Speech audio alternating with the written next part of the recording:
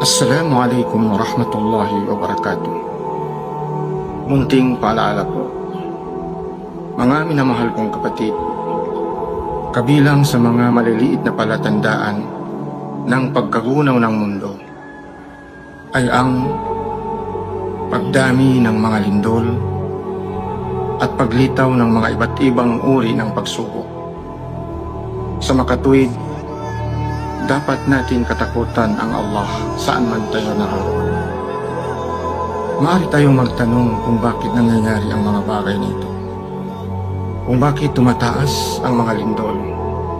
Siguro ito na po isang paraan upang yayanigin ang ating mga matitigas na puso na kung saan nagpapabaya sa pag-alaala sa Allah at pagsamba sa Kanya.